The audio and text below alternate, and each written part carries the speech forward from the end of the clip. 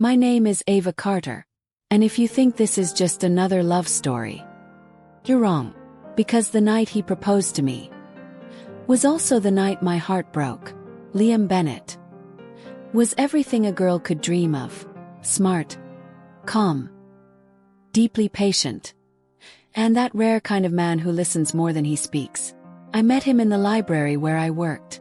He came in every Tuesday at 4 p.m., sat by the window, always reading some dusty old classic.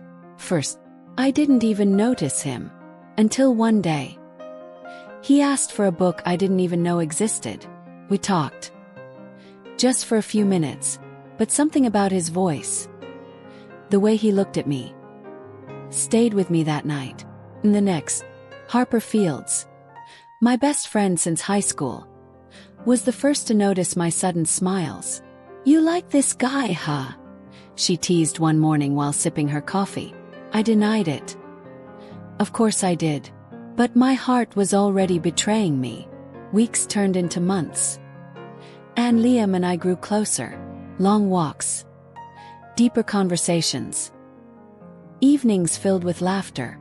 He never rushed me, never pushed, always patient, always kind. Eleanor Carter, my mother, had her doubts. "Nice men don't just fall from the sky, Ava," she warned one evening over dinner. "Something about him feels too perfect." But I didn't want to hear it.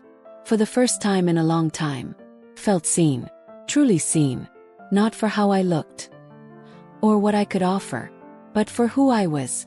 I told myself that love was about trust, and I chose to trust him. Until that night, the night that changed everything. It was a rainy Friday, the kind where the streets look like mirrors. Liam had asked me to meet him at our favorite little cafe, the one with the crooked chairs and cinnamon smell. When I walked in, he was already waiting, nervous, sweaty palms, flickering eyes. I thought maybe he had bad news. Instead, he stood up, got on one knee, and pulled out a ring. Yes, not because I didn't want it, but because suddenly it felt too soon, too perfect, too rehearsed. People around us clapped, phones recorded, but inside, my chest tightened. Something wasn't right. I stared at him, at the man I thought I knew, and I saw it in his eyes. Fear, guilt. It was subtle, like a shadow that moved just behind his smile. I didn't say yes. I didn't say no. I just whispered, "Can we talk outside?" He looked crushed, but nodded, sighed. Under the soft drizzle, I asked the question that had been growing quietly inside me for weeks. "Liam, is there something you're not telling me?" I froze. His face shifted, like a mask slipping. "Ava," he began, "I didn't want to hurt you." Those words alone told me everything. I stepped back. "Tell me the truth," I said, barely holding my voice steady. He looked down, and then he said it. "My real name isn't Liam Bennett." The world stopped. I couldn't breathe. "What?" "My middle name is Liam. My last name is real. But I changed my first name a few years ago." "Why?" He hesitated, then looked straight at me. "Because I didn't want to be found." It felt like the ground vanished beneath my feet. Found? By who? For what? And that's when I realized this wasn't just about a name. It was about everything. The calm demeanor, the patience, the mystery, all of it. A carefully crafted wall. And now, it was cracking. I turned away, walked toward the street. He called after me, "Ava, please, let me explain." But I couldn't. Not now. My mind raced. What else was a lie? His job, his past, his love. Back at home, collapsed on the couch. Harper came over in minutes. I told her everything. She didn't say, "I told you so." She just held my hand. Eleanor called later that night. I didn't pick up. I couldn't face her voice. At night, I didn't sleep. I replayed every conversation, every moment, every silent pause, trying to find the truth hidden in plain sight. The next morning, I found a letter slid under my door. It was from Liam. No, it was from the man who called himself Liam. Inside was his real name, a confession, and a story I wasn't ready to read. But I did, because I had to know, because part of me still loved him. The letter revealed a past filled with betrayal, family secret, an identity he buried after being accused of something he didn't do. Haran started over, me, and for the first time in years, felt human again. But the guilt, the fear, the lie, was eating him alive. I was going to tell you the truth, he wrote. But every day I waited, it got harder. Because I didn't want to lose you. I cried. Not because I hated him, but because I understood. Well, I had lied once too. Not about my name, but about my scars. The ones no one saw. The ones I covered with smiles and library books. We were two broken people, trying to build something whole. But the cracks had been there all along. And love, real love, doesn't grow in shadows. I walked to the cafe that evening. He was there, waiting, like always. When he saw me, he stood up. But I didn't sit. I looked him in the eyes. I love you, I said. And maybe one day I'll forgive you. But not today. He nodded, tears in his eyes. And I turned, looked away. Not because I wanted to, but because I had to. Because sometimes love isn't enough. And sometimes saying no is the bravest thing you can do, even when it breaks your own heart. Especially then. Because healing starts with honesty, and the truth, even when it hurts, sets us free. He looked at me like I had just torn out his heart. But I didn't flinch. 'Cause if I flinched, full. And I couldn't afford to fall for a lie again. Not when I had finally learned to stand on my own 2 feet. Liam stood frozen in the middle of the park.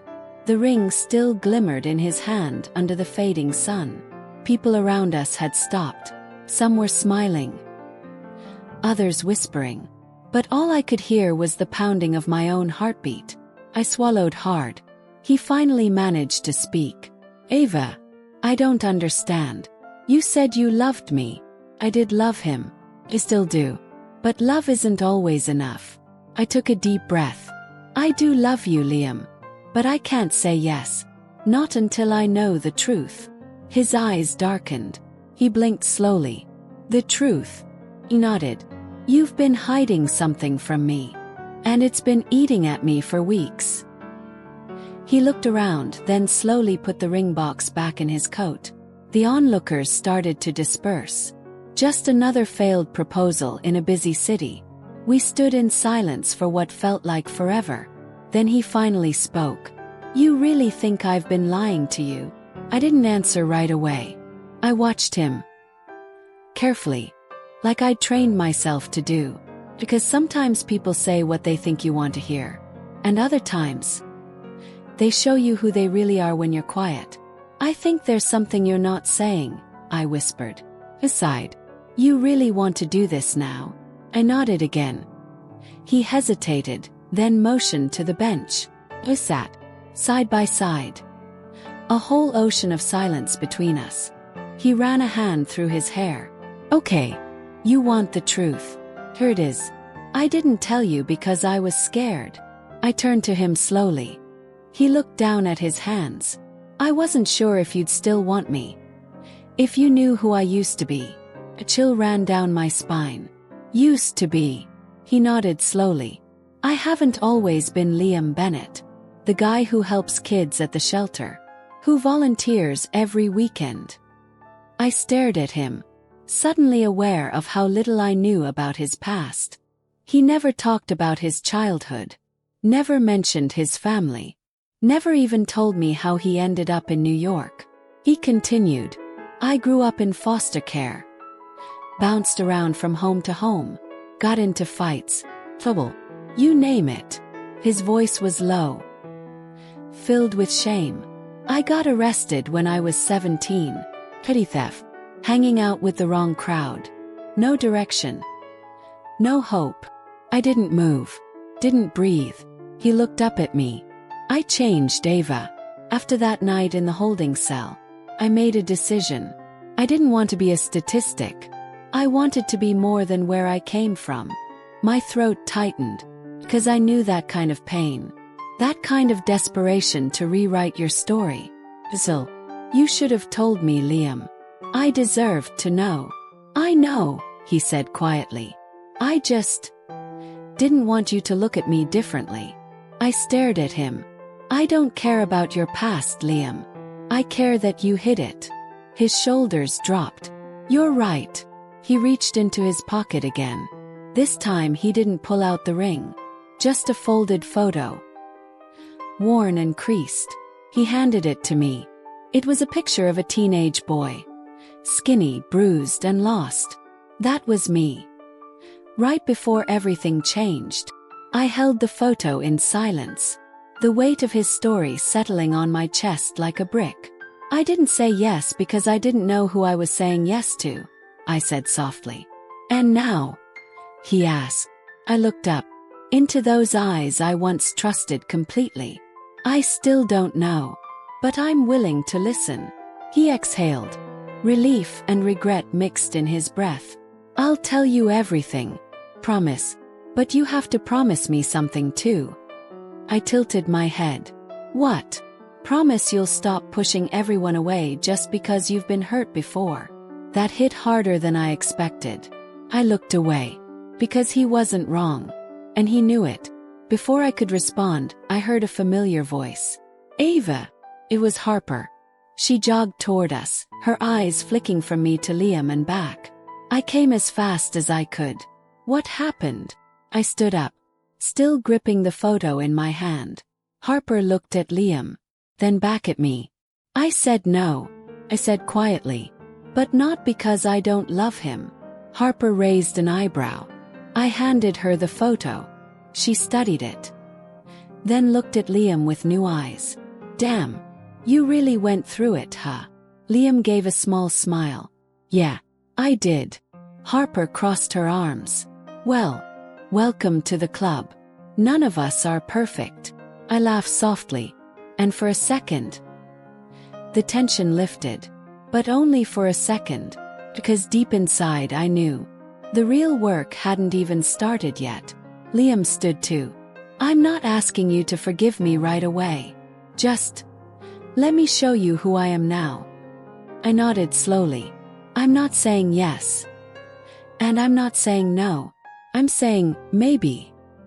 Harper smirked. That's the most romantic Ava's been in months. We all chuckled as we walked away from the park. Side by side, three imperfect souls, trying to figure out if love was enough to overcome fear.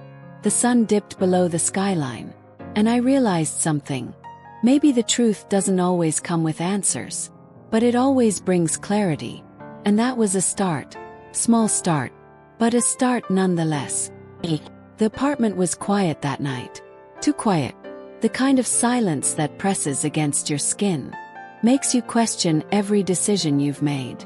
I sat on the couch, staring at that photo Liam had given me. That scared boy with bruised knuckles and hollow eyes. That wasn't the man I knew today. But somehow, it still was. Harper had stayed for a while. She didn't say much. Just sipped her tea and watched me. Like she was waiting for me to fall apart. But I didn't. Yet. I don't know what to feel, I finally whispered. Harper set down her cup. You don't have to figure it out tonight, she said gently. But you owe it to yourself to ask why you're scared. I looked at her. Really looked at her. Why does it feel like I'm always waiting for the other shoe to drop? She leaned back. Because it did, once. And you never forgot the sound. He was right. It wasn't just about Liam. It was about the boy before him. The one who told me forever and left me in pieces. The one I never told anyone about. Not even Harper. I rose from the couch, walked to my bedroom and pulled out a box from the back of my closet. It was dusty, taped shut, untouched for years. Inside was a stack of letters. His letters. Nathan's. The first boy I ever said, "I love you" to. The first one to make me believe in forever. And the first one to teach me that people lie when it's convenient. Harper appeared at the door. She stared at the box in my lap. "You okay?" I nodded slowly, then shook my head. "I don't think I ever was." I stayed up the whole night reading those letters. Each one a piece of a puzzle I didn't want to finish. Each word a reminder of how blind love can be. He said he loved me, then disappeared without goodbye. Left me with questions and wounds that never quite healed. And now Liam wanted to step into that same space. How could I let him? How could I trust again? The next morning, I didn't call Liam. Didn't text either. But by noon, he was at my door.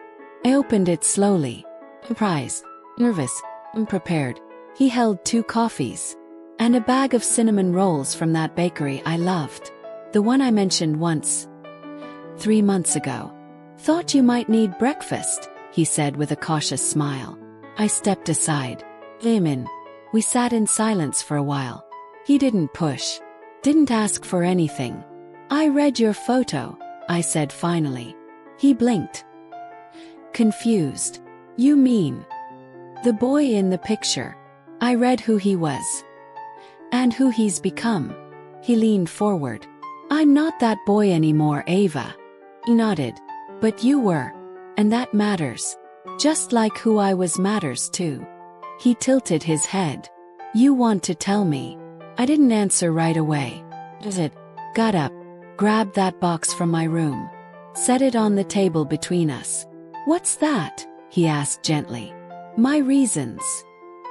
I whispered. I opened the box, pulled out a letter. The first one Nathan ever wrote me. Back when we were 17. Back when I thought I'd marry him one day. Liam stayed quiet. Let me read it aloud. It was sweet, awful. A lie wrapped in poetry. I folded the paper with shaking hands. He told me everything I wanted to hear. Then disappeared a year later without a word. No goodbye. No explanation, just gone. Liam's eyes softened. "Ava." I waited for him, Liam. 4 months. Checked my phone every night. Cried myself to sleep thinking I'd done something wrong. I looked at him. Really looked. And he didn't flinch. Didn't look away. He stayed right there with me in that pain. "That's why I said no," I said. "Because love once left me hollow. And I'm scared you will too." Liam reached out slowly, placed his hand on mine. "I'm not him. And I won't promise I'll never make mistakes. But I will promise this." I held my breath, waited. "I won't run," he said. "I won't disappear. Even if it gets hard. I'll say, I'll fight. I'll be there even when I don't have the right words." Tears welled in my eyes. Because it wasn't grand. It wasn't poetic. It was real. And real is what I needed. A knock at the door broke the moment. I wiped my face and opened it. And there she was. My mother. Eleanor Carter. Elegant as ever.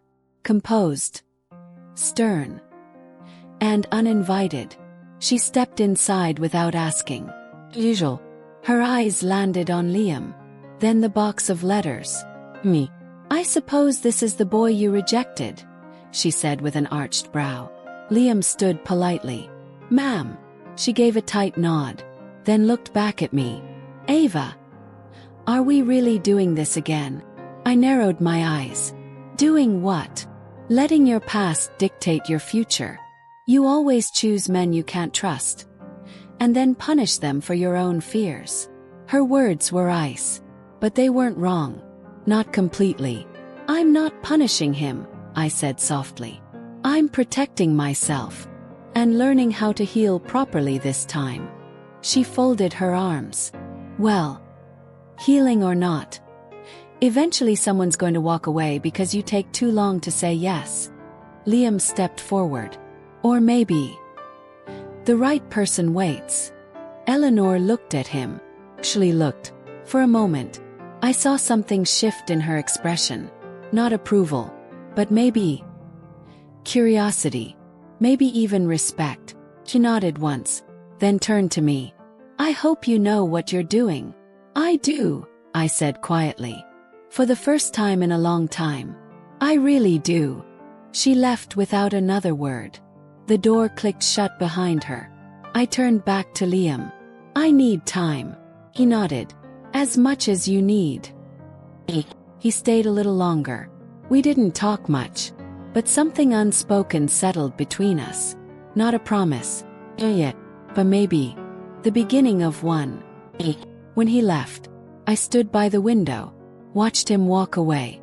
Not running, not hiding, just walking at a steady pace, like someone who meant what he said. I held the ring box in my hands again, not to wear it, yet, but this time, I didn't put it away either. Because maybe saying no wasn't the end of our story. Maybe, just maybe, it was the first honest page. I stood in front of the mirror, my hands trembling as I adjusted the delicate clasp on my necklace.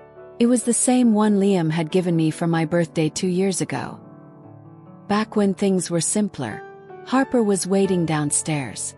She had driven in from the city the night before just to be with me today. She knew I couldn't face what was coming without her. The truth I was about to tell Liam wasn't just hard. It was going to break everything. I walked slowly down the stairs.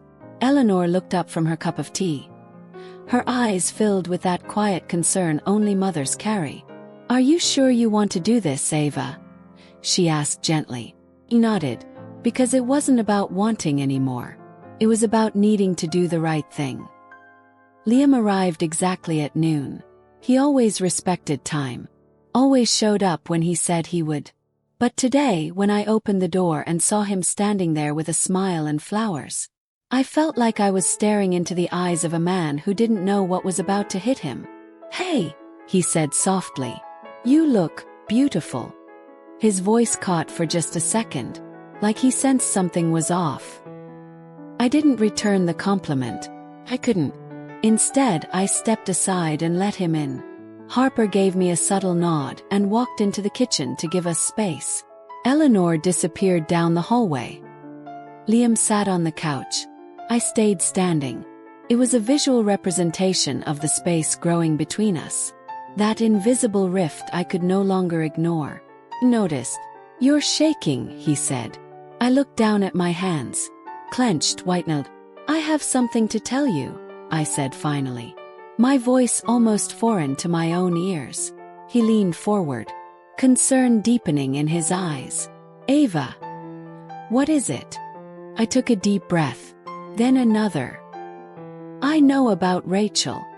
It was, for words, that changed everything. Liam's face lost all color. His lips parted slightly, but no words came out. Just silence. And then a single word. How? I stepped closer. You forgot to log out of your email on my laptop one night. I saw the receipts, the flights, the hotel in Chicago. Liam's jaw tensed. He looked like someone who had just been hit by a wave. I didn't sleep with her, he said quickly, desperately. I swear to you, Ava, I didn't. But you went, I whispered. You lied. You planned it.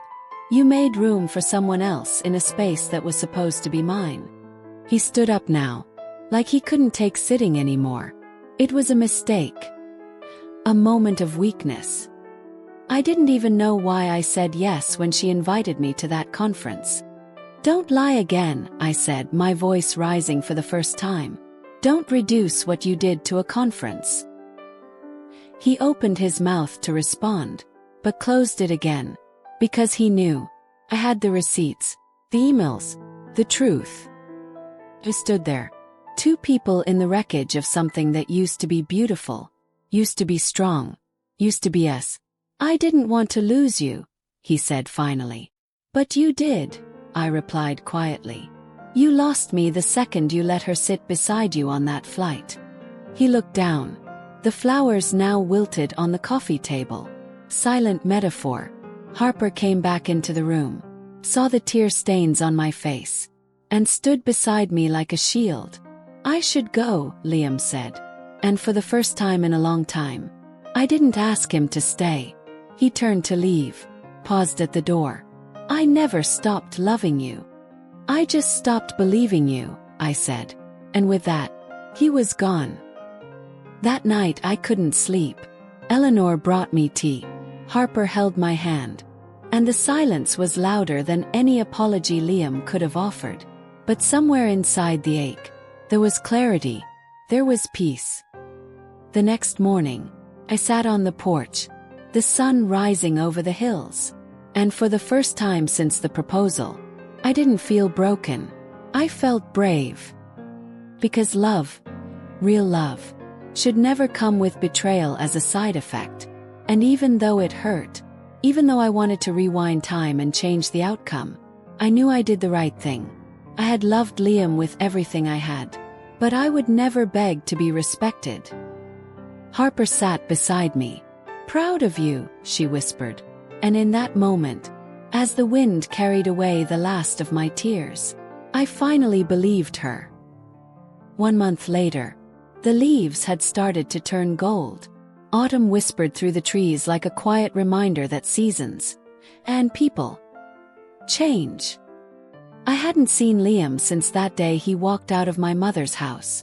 No calls, no messages, no desperate attempts to fix what had been broken.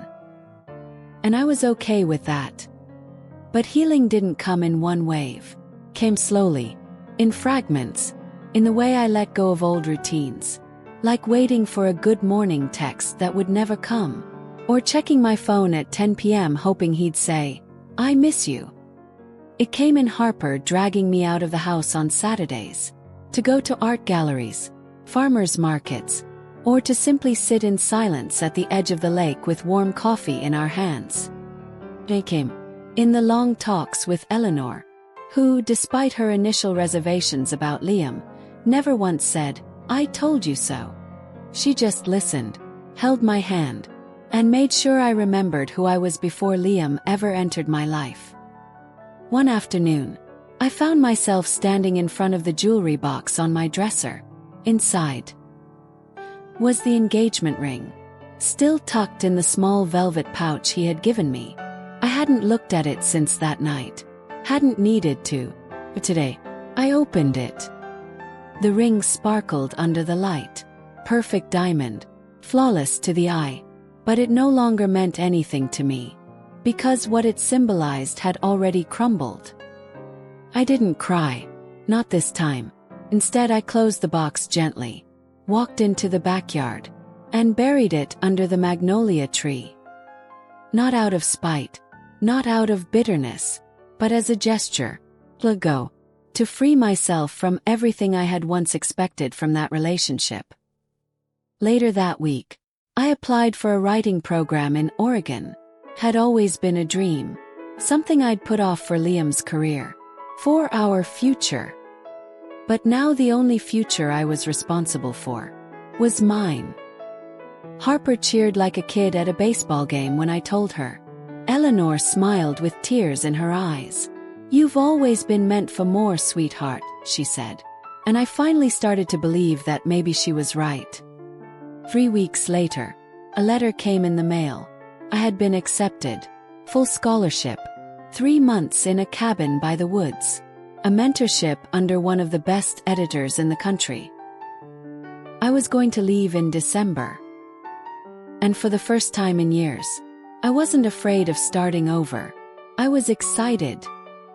Then, just days before I was supposed to leave, Liam showed up. It was late evening. The porch lights were on. The air was heavy with the scent of pine and rain. And there he was, standing with nothing in his hands. No flowers, no ring, just regret written all over his face. "Ava," he said, almost hesitant. I didn't move, didn't speak. "I heard you got into the program," he said. "I'm happy for you." I nodded slowly. "Thank you." He stepped closer. but stopped when he saw me tense. I've spent the last month thinking about everything, he continued. I made the worst mistake of my life. Not just what I did in Chicago, but in how I treated what we had. I looked him in the eye, and for the first time, I didn't feel pain or longing, just clarity. I didn't come here to win you back, he said. I just needed to say, I'm sorry, and I will carry that regret with me for the rest of my life. His voice cracked, and I believed him, not because I wanted to, but because sometimes, even broken people can tell the truth. I took a breath. I forgive you, I said, and I meant it. But forgiveness isn't always an invitation back. Sometimes, it's just the door you close so you can finally walk away in peace. He stood still, eyes wet, jaw tight. Then he nodded, and walked back into the night. That was the last time I saw Liam Bennett. December came, and with it, a fresh chapter. I arrived in Oregon during the first snowfall. The cabin smelled of cedar and ink. My mentor was a tough woman named Jane who made me rewrite my first essay 4 times. And I loved every second of it. I wrote stories. Poetry I never thought I had in me. I bled truth onto paper. And with every word, I stitched myself back together. One morning, I sat on the front porch of the cabin, wrapped in a blanket, hot coffee in hand, watching the sun melt snow from the trees. And I realized something. Sometimes, the person you're meant to become can only be found when you're brave enough to leave behind the one who couldn't love you right. I had said no to Liam, but in doing so, I said yes to myself. That was the most important proposal of all.